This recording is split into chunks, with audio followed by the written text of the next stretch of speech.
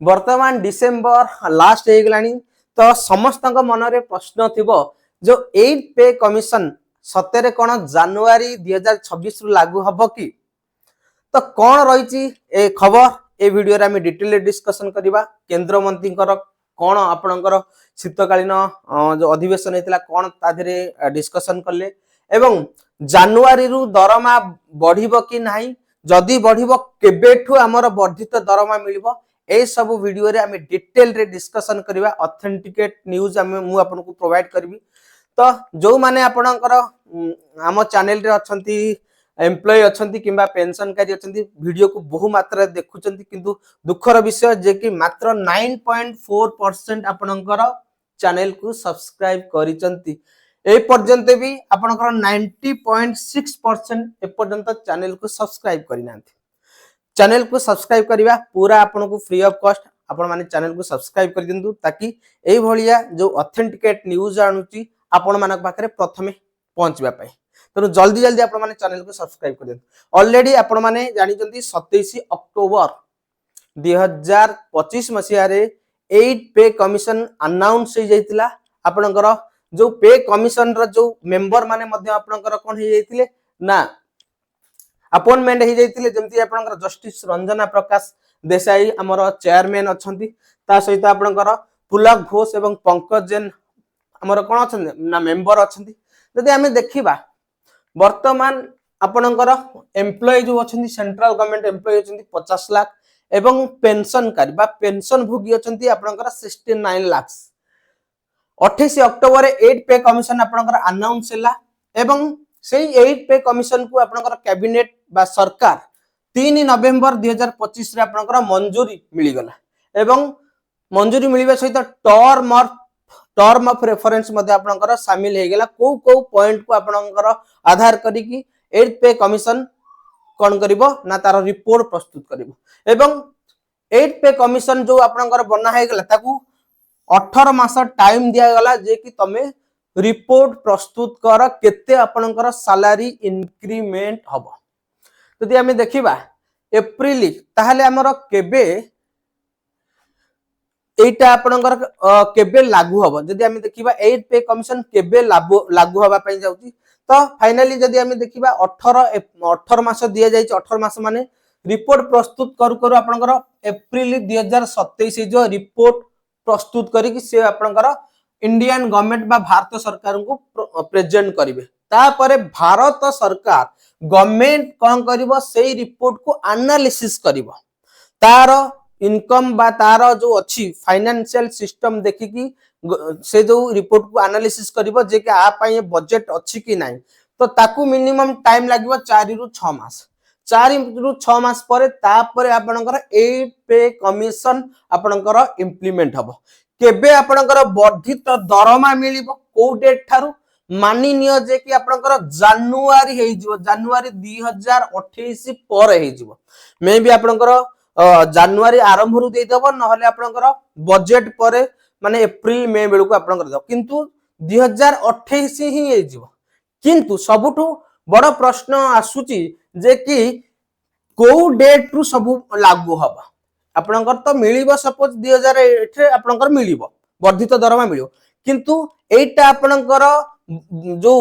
को डेट रु लागू हबो जोटा कि हमें कोंती पंकज चौधरी कोन कहले पंकज चौधरी हमर जे अछंती स्टेट फाइनेंस मिनिस्टर से आपणकर लागू हबा डेट को ने कि कोन कहले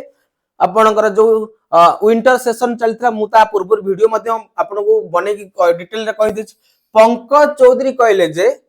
8 पे कमिशन केबे लागू हबो सरकार उचित समय रे ताकू डिसाइड करिवे सरकार डिसाइड करिवे जे कि आमे जो माने प्रीवियस न्यूज़ बा प्रीवियस पे कमिशन आधार रे आमे कहलु जे कि हमर जनवरी 2026 रु लागू हबो किंतु ए पर्यंत सरकार ताको कंफर्म करिनांती पंकज चौधरी तांको उत्तर कोन अछि ना सेटा सरकार डिसाइड करिवे जे केबे लागू हबो तो को आधार रे जते बेले 8 पे कमिशन रिकमेंडेशन आसी जिवो ता रिपोर्ट आसी जिवो रिकमेंडेशन परे बजेट को आखि आगे रे रखी सरकार तार तारीख डिसाइड करिवो हला सरकार तार तारीख डिसाइड करिवो ए पर्यंत सरकार को मुहरु केबे भी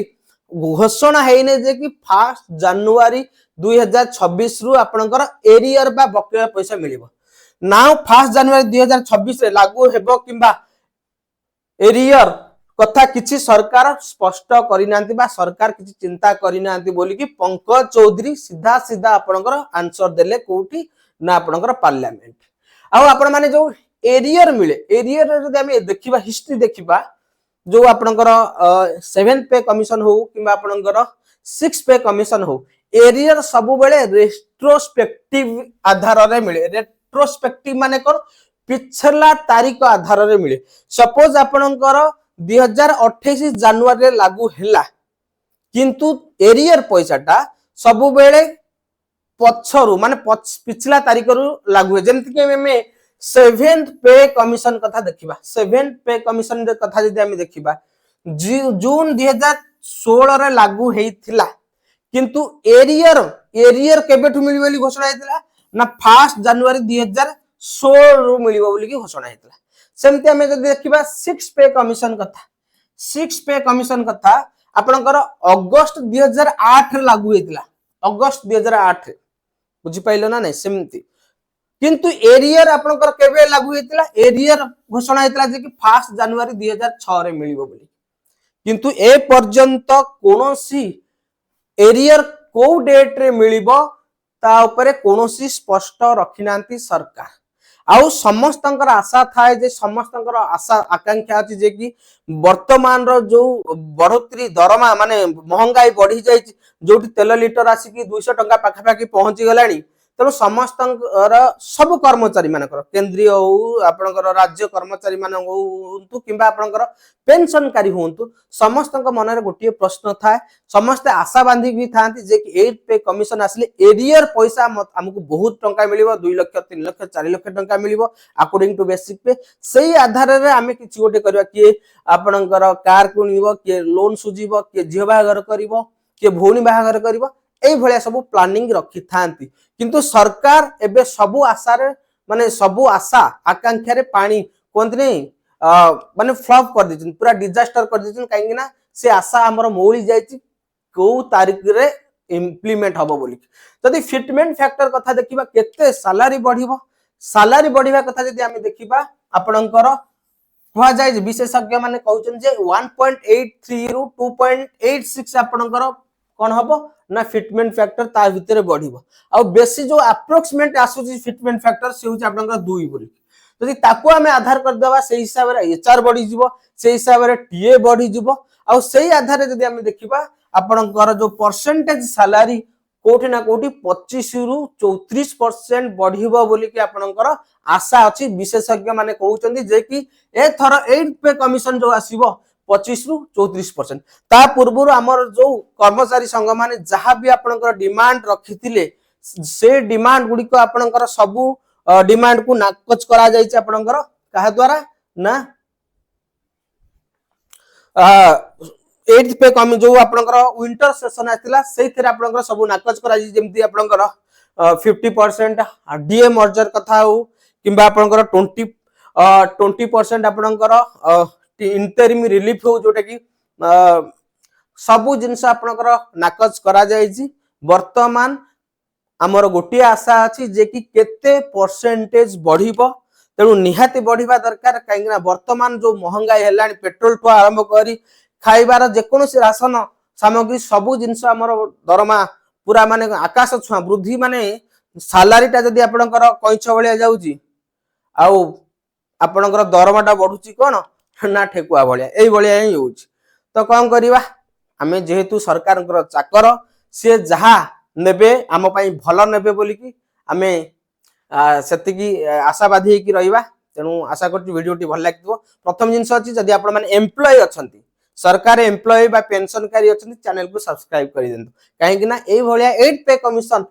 लागू हबा पर्यंत मु पूरा अपडेट न्यूज आपण मानक पखरे एई चैनल माध्यम आपण रखिबी नमस्कार जय जगन्नाथ पुनी देखाबो आ गोटे नुवा वीडियो रे।